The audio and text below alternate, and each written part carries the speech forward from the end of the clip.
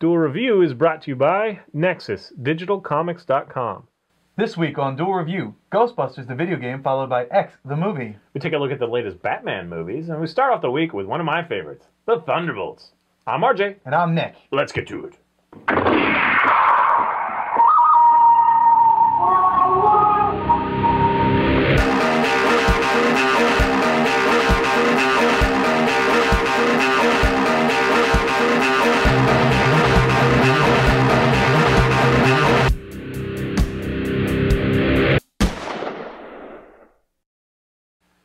Welcome to our 201st episode. It is April 9th. It is a Monday, and we're doing Thunderbolts, the comic. Yes, that's right. And I've been kind of holding on to this one for a while. It's one of the properties that I like a lot, but they haven't really capitalized on it. Let me explain. So we've been doing the New 52 now, and right. The only one that I've kind of wanted to continue with, and I don't buy them, he buys them and I read them, is Suicide Squad.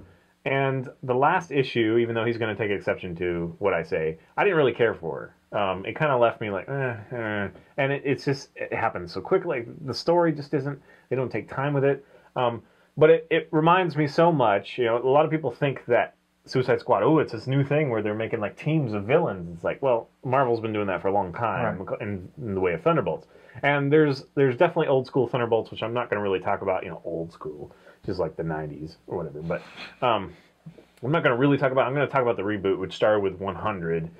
Songbird was kind of the de facto leader of that one, kind of. I mean, there's like Mach 4 and he was kind of in the position of power, and then there's Baron Zemo, who is...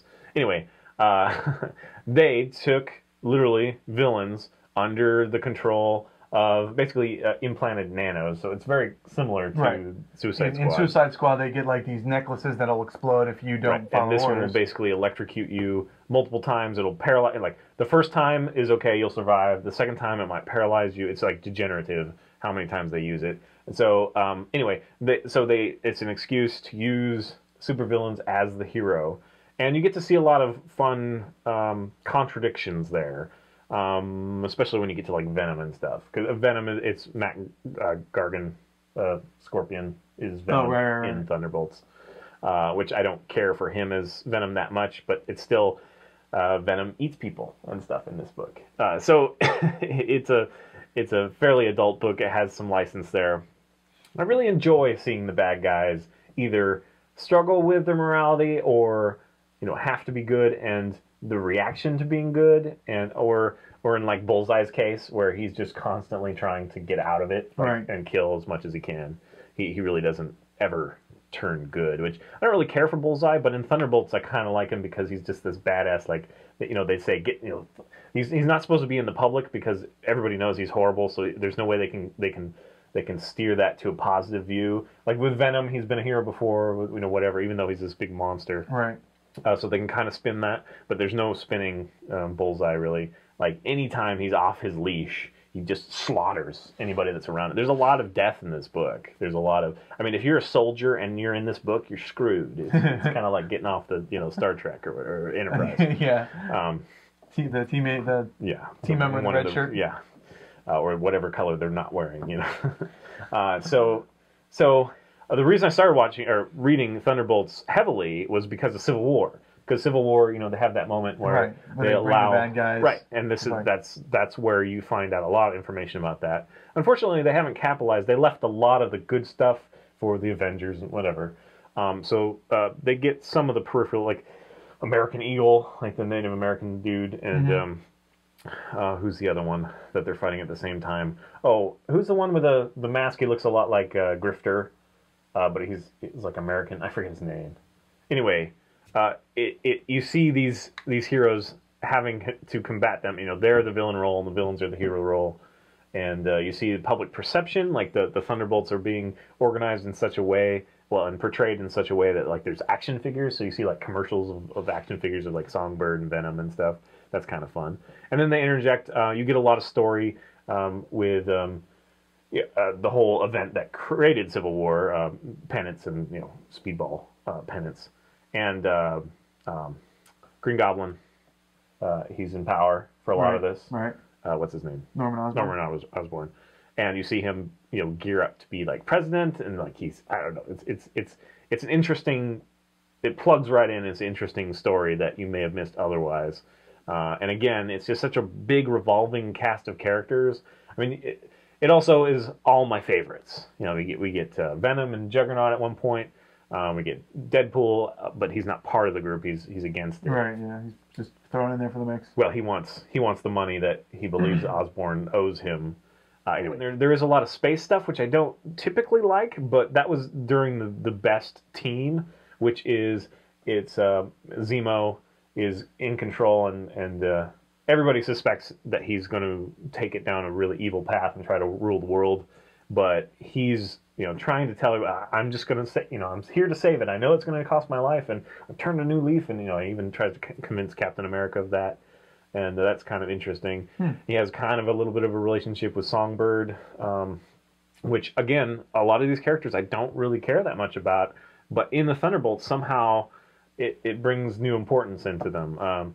Like Mach 4, I never knew anything about Mach 4 before. The Fixer, you hear about the Fixer because he's one of those go-to, like the Tinkerer or whatever, the go-to, like I created something, that goes in between times and whatever. Yeah, like, he's like the tropes Forge or whatever. Yeah.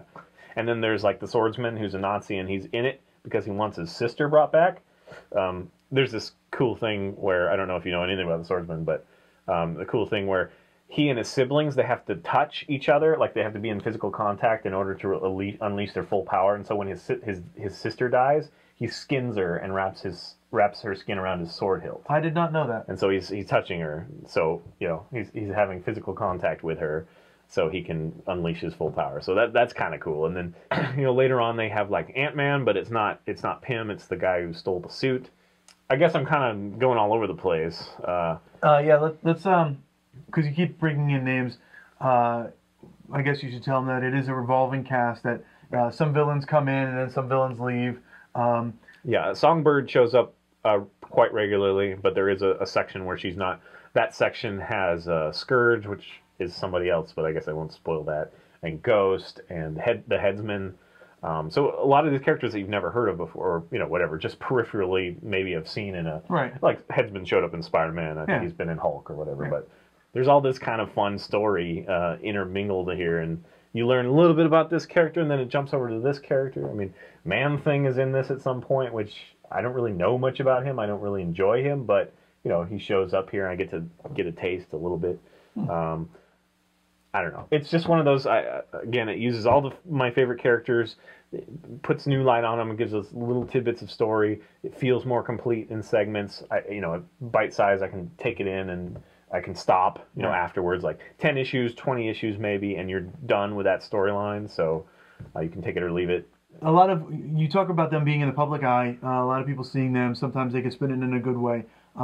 So they're not really, like, covert. They're kind of like regular heroes. They're out in the open kind of doing their thing. Yeah. In fact, there's a little bit of the news broadcast panels, where they're like, oh, and it looks like the Thunderbolts, I forget what they call it, like the Zeus or whatever is leaving the Thunderbolt Mountain.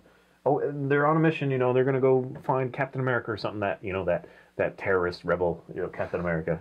So it is interesting to see that, because a lot of the Thunderbolts, they're either there because, they get money, or they're going to have years shaved off their sentence. I think largely what would draw me to it is the fact that they are villains, and you brought this up before, was that they're villains, but they're being forced to do good, and how they're reacting to that.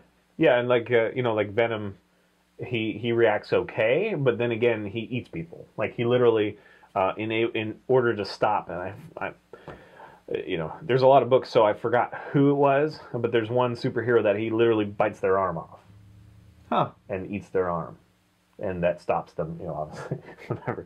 And then like Bullseye paralyzes the one guy, I can't remember his name, the one that wears the like handkerchief from here down. That's Grifter, as far as I know. That's DC though. It's not Grifter. Grifter's DC. It's another American, American Jack Kurt. It's not Union Jack. I can't remember what it is. But again, it's just one of these. And then the current story involves Luke Cage, which they brought in some actual heroes to manage this band of villains, which I don't I don't dig for some reason. I love his interjection with some colloquialisms, and he's a tough dude, but he's also smart, so you get some mileage out of that. But Right. I guess it's less interesting because before the Thunderbolts, they just always felt like really close to out of control. I also don't care for the storyline. It's Dark Reign, where they bring in Ghost, and there's the Black Widow 2, which, yeah. There's a lot of Black Widows. Yeah, well, yeah. I can't really comment on that without spoiling it. So, and Mr. X, which is kind of compelling. He can see your moves before you make them, kind of thing for most people. So he's like this uber tattooed badass fighter. Yeah, Headsman, Ant-Man, or pseudo Ant-Man. It's not the real Ant-Man. Grizzly, yeah. So I don't typically. I love the art, but I just. Okay, so that specific It storyline. needs Osborn, or it needs, I don't know. It needs one of these heavyweight characters that is in a role of power that you're just like, are they going to stay there? Are they, like Zemo? He was a perfect example of. He's not a very good person, I mean, he did kind of want to rule the earth just because he felt he could make it so that everybody was like the most free, Right, or whatever. right. So he saw his vision. But at the end of the day, he really did, do what he said he was going to do all along, which is sacrifice his life, to save the world, kind of thing.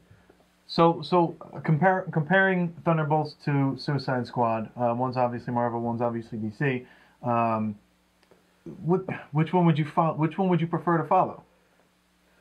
The Thunderbolts right now is interesting to me because there's like Juggernaut and whatever, and they do have some fun story. I think that it's written a lot better, honestly.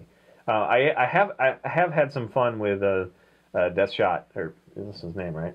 Deathshot. Deadshot. Deadshot. Yeah. Deadshot and Harley, but now that they've kind of taken Harley into a slightly new direction, I'm not sure I like that direction. Mm-hmm. I just think that people think that it's new, but it's not. Thunderbolts has been doing it for a long time, and it's really not a new idea. Right. Having a villain be the hero. I mean, that's what we grew up with, the anti-hero, Spawn, and whatever. I just think that the Marvel is written better. I would follow the Thunderbolts, but yeah, I don't know. You like the Suicide Squad? Yeah, I really do like. It started ebbing for me. It's starting. See, we disagree. Well, we're going to take a short break on Thunderbolts just to talk about Suicide Squad. At the last issue, something happens, and I am cool with it, and he's obviously not. So. Well, there wasn't enough in that book, and they changed the way that Harley looks already. Like what? They made her like baby faced. Yeah, I guess. I think they did it as like a symbolic reasoning, like we're gonna. But in the sixth book, without any kind of reason, I mean, I don't know. It depends on the next couple books. Like I'll read them, and if they pick back up again, maybe this is just the weakest one in the crowd to me. I don't know. Maybe. But anyway, Thunderbolts is a lot of fun. Right. They're more complete stories as well. Like they do. I mean, like they have the Dark Reign, section, and then they have the Siege section, and then they have the Heroic Aid section, and then they have Fear itself. So a lot of them correspond to events. But I don't know. They're kind of complete. Then you get a new team. Sometimes there's one lagging team member or whatever, but it's really a new scenario. So it's really just an opportunity for them to use little-known characters, use villains as heroes, and see how it plays out. Right. I like the dynamic of having. And most of them are on Marvel Digital. Oh, okay, good call. I like the idea of having to choose a leader amongst the villains themselves. So that villain kind of leads the group. And with this one, Thunderbolts, it seems like now, recently, they're putting the good guys in charge, and I don't really like that dynamic. Whereas Suicide Squad kind of leaves it up to, who's ever the loyalist. Okay. That's a fair difference, I think. Thunderbolts didn't always used to be that way. But anyway. Right. Well, that's what I'm saying. It's new now. So. It's kind of, Thunderbolts has kind of really what there is to say. If you're interested, go check it out. Right. I recommend it, especially the one with Baron von Zemo. And since you can get it on Marvel.com or digital subscription or whatever it is, then I think you should definitely check it out. I think people need to understand why villains do the things that they do to in some cases they have a lot more to gain, a lot more to lose. So that's interesting as well. That's just right. And you don't know how they're going to act. Superman, you're pretty sure he's going to act a certain way. Yeah, he's going to save the day. He's going to be a Boy Scout. Yeah. Whereas the Joker, you have no idea what that was going to happen. Yeah, that would be really interesting. I don't know if that would ever be possible. Have Joker as a good guy. No. So I recommend it highly. Just as I recommended Suicide Squad. Just get over the name. I thought the name was stupid. Thunderbolts? I don't know. I think it's kind of cheesy. Well, yeah. Thunderbolts. All right. So that's it. Follow us on Facebook. Subscribe on YouTube. Tell us what you think. Come check us out on Wednesday because we have a contest coming where you could win one of these fabulous shirts. Yay. Which you could also find on SpiderWolf.com. Everything that we sell, card game, prints, shirts, everything. His short stories. My short stories. Yep, and this one's based on propaganda pieces that I've done. And this one's one that I did. I have a mage and a tank as well. I mean, a rogue as well. Yep. All right, guys. That's it. Bye. Oh. Well, at least I'm glad because I got the first one. Yeah. You won't know what that means. Next up on Duel Review, it's Ghostbusters, the video game. Done. Yeah. All right, so contest. You want to do whosoever pulls the sword from the stone can become king? What are you talking about? Whosoever pulls the sword from the stone becomes king. We would need a sword, we would need a stone, but outside of that, I think it's pretty simple. What the hell are you talking about? I don't know. Contest, man. That's a contest. You could have a jousting contest. That'd be pretty awesome. Fight to the death for a t-shirt. That'd be so awesome. Best idea for a contest wins a free shirt. That's not a bad contest. You want to do the first person who gets my middle name? If you want a really long contest. Either that or they can look it up, I guess, maybe. How would they find out my middle name? They're just going to have to guess. That's kind of a... Yeah, mine's not. My middle name isn't one that people can just guess. Percival. No. I don't even know what letter it would be. J? T. T? Tiberius. Oh, that'd be so awesome! Tinkerbell? Hey. Theodore? Theodore Logan. See, the problem with these contests is we can't just, do like, okay, if you can name, I don't know, 4 of the original X-Men, because then they could just look it up. That's easy. Well, you know what I'm saying. You know what I'm saying. Any moron can do that.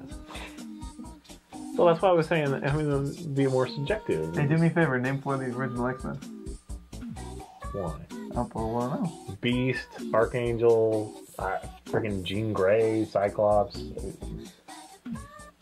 I don't think Beast was called Beast. Iceman. I think it was Hank.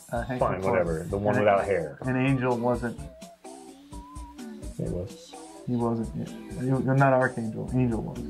That's what I said, Angel. You said Archangel. No, I didn't. You did. No, I did not. It's on tape. Well, we'll figure it out. Beast, Archangel.